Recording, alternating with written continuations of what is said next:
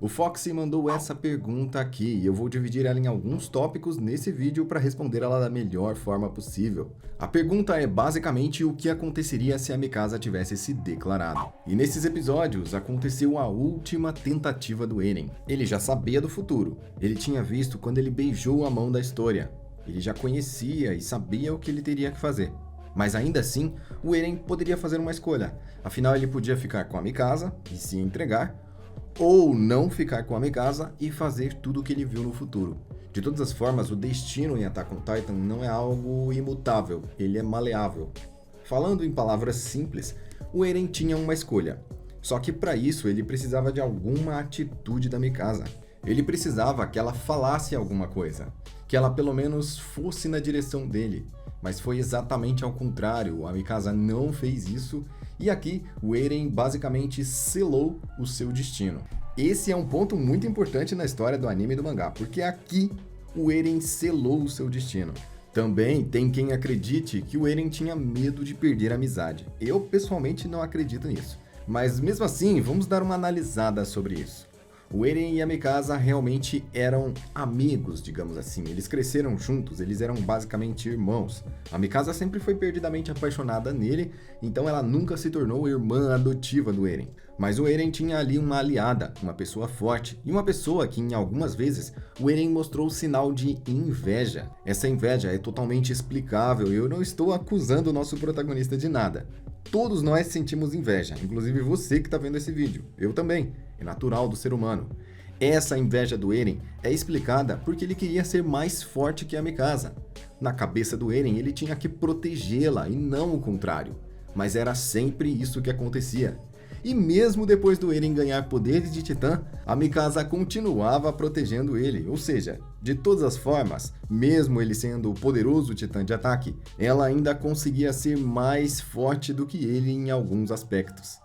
E assim, o Eren, por falta de experiência, falta de paciência e querendo a todo custo ser o mais forte, o mais livre, acabava tendo um pouco de inveja da Mikasa. E um relacionamento que começa assim, não tem como ir bem. Outro ponto é que o Eren tinha medo de perder a Mikasa por motivos triviais. Isso quer dizer, basicamente, que o Eren não queria perder a Mikasa ou perder o contato com a Mikasa por pequenas besteiras. Porque quando o assunto é sair da Friend Zone e se declarar, é preciso achar o timing perfeito. Se você fizer isso na hora errada, pode ser fatal. É claro que o Eren já sabia que a Mikasa era completamente apaixonada por ele, então dificilmente isso aconteceria, a não ser que a própria Mikasa recuasse. E isso pro Eren era quase impensável, na verdade para todos nós. Se o Eren, durante toda a série, desse qualquer sinal de intimidade para Mikasa, ela ia cair em cima dele. Ela literalmente pularia nos braços do Eren. E isso não aconteceu exatamente nesse momento. O Eren errou o timing e no momento que ele tentou, que ele fez a sua investida para finalmente tentar converter essa Friend Zone e se tornar algo mais para Mikasa, ela recuou. Talvez por medo, talvez no susto, talvez por impulso. A Mikasa não quis. E isso, para todo mundo, era uma coisa impensável. O próximo ponto é a falta de opções em conseguir salvar o mundo ou ele mesmo. O Eren jamais colocaria a vida dele acima da vida dos seus amigos. Tudo que ele queria é que eles vivessem bem, e para isso ele tinha que perder a própria vida. A gente já vai falar sobre os custos de tudo isso, que são muito altos. É claro que tudo que o Eren viveu, tudo que o Eren passou e tudo que o Eren sofreu não apaga todo o mal que ele fez para o mundo. Todas as ações do Eren foram catastróficas, e é muito difícil passar pano para isso. Mas tudo, segundo o próprio autor, tem a sua devida explicação. Nesse momento, o Eren cogitou a possibilidade de não causar nenhum sofrimento para a humanidade e se martirizar. Ou seja, ele sofreria, ele iria ver os seus amigos sofrendo, mas ele estaria com a Mikasa. Ele estaria lá no seu relacionamento, curtindo a sua esposa, enquanto o mundo estava se destruindo. Marley, com suas poderosas armas, estava completamente tomando o mundo. E a Ilha Parades seria uma vítima de todo esse poder. O Eren, no seu lado, não faria nada. Ele ficaria simplesmente esperando o dia da sua morte enquanto ele curtia a vida de casal com a Mikasa.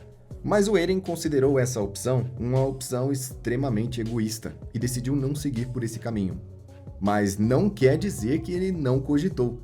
O que faz o Eren um protagonista tão bom é que ele é 100% humano. Ele não tem todos aqueles sensos de justiça ou ele sabe a coisa certa a se fazer. O Eren não sabe o que é o certo. Ele não sabe que caminho ele tem que tomar e várias vezes ele se coloca em dúvida. Ele não sabe qual lado seguir. E isso torna ele muito humano como qualquer um de nós. Nesse momento, o Eren até pensou, ele até cogitou a possibilidade de tomar uma decisão completamente egoísta e viver com a Mikasa. Mas foi exatamente aqui que ela recuou. Os problemas do Eren aqui era ser feliz ou fazer os seus amigos felizes. O que ele escolheria? O que ele poderia escolher? O que viria a seguir? Se ele se desse a liberdade de ser feliz e cuidar da sua família, o seu mundo pereceria. E logo eles seriam vítimas ou escravos de Marley, porque Marley estava decidida a conquistar tudo ali, principalmente a Ilha Parades. Marley fez todo um estratagema político para unir outras nações e destruir completamente Parades. Além dos titãs, Marley tinha interesse nos ricos recursos naturais da Ilha Parades, e isso faria com que ela se tornasse um território de Marley, anexando assim a pequena ilha ao continente. Eles iam dominar tudo completamente por lá. E escolhendo a Mikasa, o Eren ia simplesmente aceitar e se declarar submisso a Marley. E assim, o Eren nunca ia ser livre, porque ele tinha finalmente conseguido se livrar das muralhas. Mas agora ele tinha que servir Marley. Ou seja, as muralhas agora eram invisíveis. Ele tinha que seguir ordens e obedecer, nada mais do que isso. Ou seja, a liberdade do Eren seria tomada mais uma vez, talvez mais do que as próprias muralhas. Imagine um cenário em que o Eren e a Mikasa se salvam. Eles vão para uma nação distante, onde ninguém vai encontrar eles, e vivem lá a sua vida pacificamente. Quem sabe tem até um filho. O Eren é um portador de Titã, e se tem uma coisa que ele não pode fugir, é o seu tempo de vida restante. Ele tem poucos anos sobrando, e o que vai acontecer é que ele e a Mikasa vão ficar juntos apenas esses poucos anos. Depois disso, ele vai morrer devido ao tempo de vida do portador de Titã. Inclusive, se você quiser saber por que os portadores de Titã vivem apenas 13 anos, clica no link aqui no card que eu fiz um vídeo explicando tudo sobre isso, finalmente o mistério revelado, confere lá. Mas nessa realidade hipotética do Eren e a Mikasa vivendo felizes, eles saberiam o tempo todo e ficariam constantemente se lembrando que os seus amigos foram martirizados, escravizados ou eliminados por Marley. Marley iria invadir Parades e eles já sabiam disso. E eles estavam lá curtindo a vida enquanto estava todo mundo sofrendo. Agora imagine o Eren e a Mikasa vivendo assim. Eles jamais conseguiriam ser felizes com a sua própria consciência. Porque algo dentro deles ficaria o tempo todo, o senso de justiça ficaria o tempo todo cutucando eles ali e dizendo que eles deixaram os seus amigos para trás. Eles deixaram para trás as pessoas que eles conheciam, as pessoas que comeram e beberam e sofreram e enfrentaram os titãs junto com eles. O Eren não escolheu esse caminho e a Mikasa também não. Mas caso ela tivesse se declarado ali, o Eren provavelmente teria tomado uma decisão diferente, uma decisão mais egoísta e teria ido viver com a Mikasa. Longe de todo o caos, o casal, Eren e Mikasa, viveriam tranquilos e felizes. Mas durante a noite, ou até em seus pesadelos, eles se lembrariam do alto custo cobrado pela sua paz. E com certeza se sentiriam culpados, iriam se martirizar. E esse ciclo continuaria para sempre. O que quer dizer que isso também se estende às pessoas depois do estrondo. Depois que o Eren eliminou grande parte da população mundial, as pessoas que ficaram em paz graças ao desastre do Eren. Ou seja, existe ali uma consciência falando que tudo foi às custas de sangue. As pessoas no fundo nunca vão conseguir ser felizes. Eles sabem que foi necessário um massacre para que eles alcançassem a felicidade. Isso não faz nenhum sentido. Se levarmos o mundo de Attack on Titan para o nosso mundo real, a gente pode ver o que acontece nos países pós-guerra.